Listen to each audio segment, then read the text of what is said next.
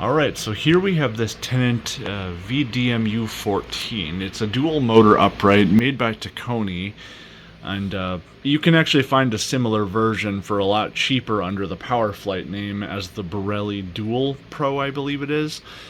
But this machine is another one Josh picked up for me. It was only like $50, and you know, this machine has given me a fair amount of problems, mostly because I made a lot of amateurish mistakes. But it's like when I first got this machine, we noticed that, you know, there was a crush in the hose here, so I just unscrewed this, cut the bad part off, and then that was that. And then it's like we noticed that there was a weird piece sticking off the end of this wand that was preventing it from sticking into this it was preventing it from nesting it into the little port here. And we're like, what the hell is that? I thought it was some sort of attachment adapter that someone had put on there. Well, you know what it was? It was the crevice tool. They had jammed the crevice tool in this wand backwards. And I didn't realize what it was until I managed to free this piece here and look down there, and it's like, what the hell? People are so stupid. But yeah, it's like, you know, and there's still pieces on this machine that I need to replace, and actually once I'm done with this video here, I'm going to be modifying it. I've always felt like these machines would be like a good daily driver due to the dual motor aspect of it, and, you know, just being pretty simple, having easily replaceable bags and such. But one of the things I need here yet is a new base plate. This one's a little bit bent up, and I mean, it kind of drags on the hard floor, and it's like, nope, let's not deal with that. And I'm going to replace this little collar in here too, because it's rusty. And yeah, the Tennant parts are much more expensive, but I can get them a lot cheaper by buying them under the Powerflight name. Let's see.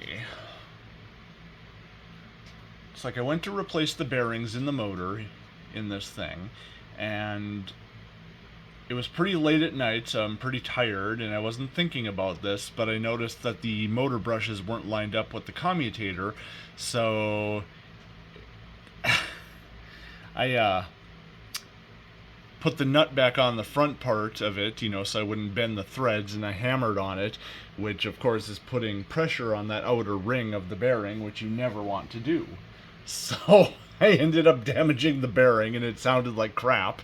So I ended up having to open it up, put a new set of bearings in there, and it's like when I thought I was all done, it's like I turned it on, the brush roll motor wouldn't run. So it's like I did continuity tests on it, and then it's like, I don't know, I was looking this over, and it's like I thought something might be a little off because I remember it running when I first got it. Well, it turns out I had it wired incorrectly, because this thing is kind of dumb. So I'm not sure if I have pictures for this or not, but I mean, one of the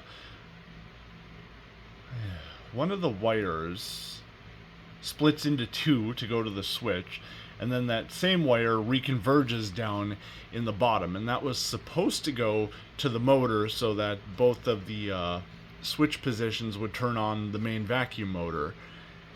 But I put that to the thermal reset instead. So, yeah, in no position was the brush roll motor getting any power, just the main motor. So yeah, I actually had to consult a wiring diagram for once, and it's just dumb, you know. It's like I feel like they could have wired this a little bit more simply than they did, but it's like, whatever. I got it running, but it's like it was just annoying to me because I consider myself to be fairly skilled in terms of vacuum work, and it's like this one just confounded me again and again. But anyways, like I said, I'm going to be modifying this after the video. I'm going to put a slightly larger diameter motor in here because this one does have a slightly smaller one. And what I'm putting in here, it's currently apart, is a motor from a Riccar Vibrance Classic. It's a 10 amp one, and it is of a larger diameter, and I believe it'll give me even more airflow than the motor that's in here. as well as installing a pedal from a Carpet Pro, because the little retainer thing on here isn't very strong. I'm guessing, you know, it's due to the additional weight from the second second motor down in the hood. It's probably a little heavier than these things were meant to support. But I think I've rambled on long enough, so why don't we turn this on? We'll start with just the single motor, and then we'll switch over to the dual. So here's our ambient voltage. And let's see, where's that switch at?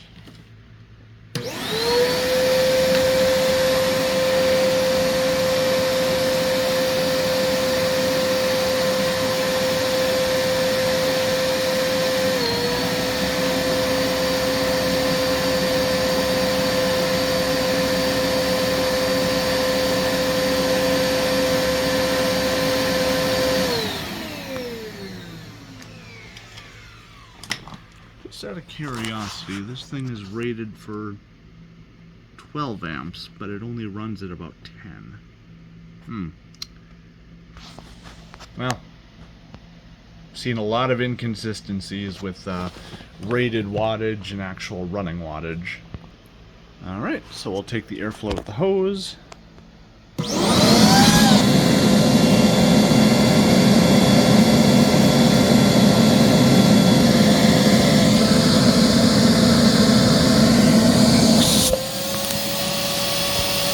Because of the weird opening here, I'm going to have to use one of these adapters, which I had the foresight to pick up. It's just one of the tool adapters for the R20 series, which allows you to use 1¼ tools on it, which is always handy to have. It's worth noting, too, this machine does have a suction relief valve, so 60 is probably not its maximum value.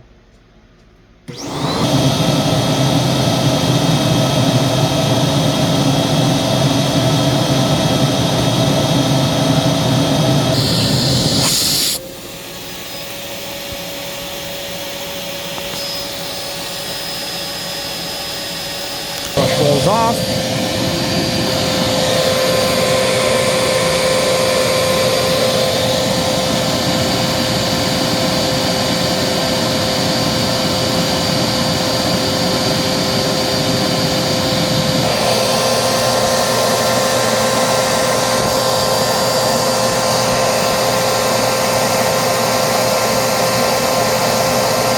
Brush roll is on.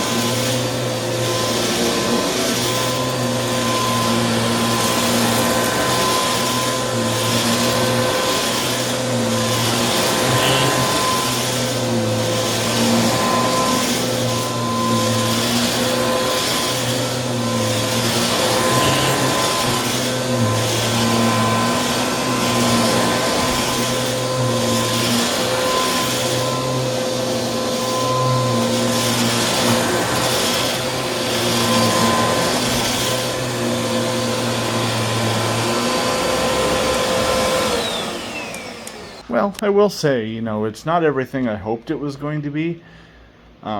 This is actually the second one of these I've had. My first one came from eBay, and it was marked as seller refurbished, and it was just filthy, and the motor sounded awful.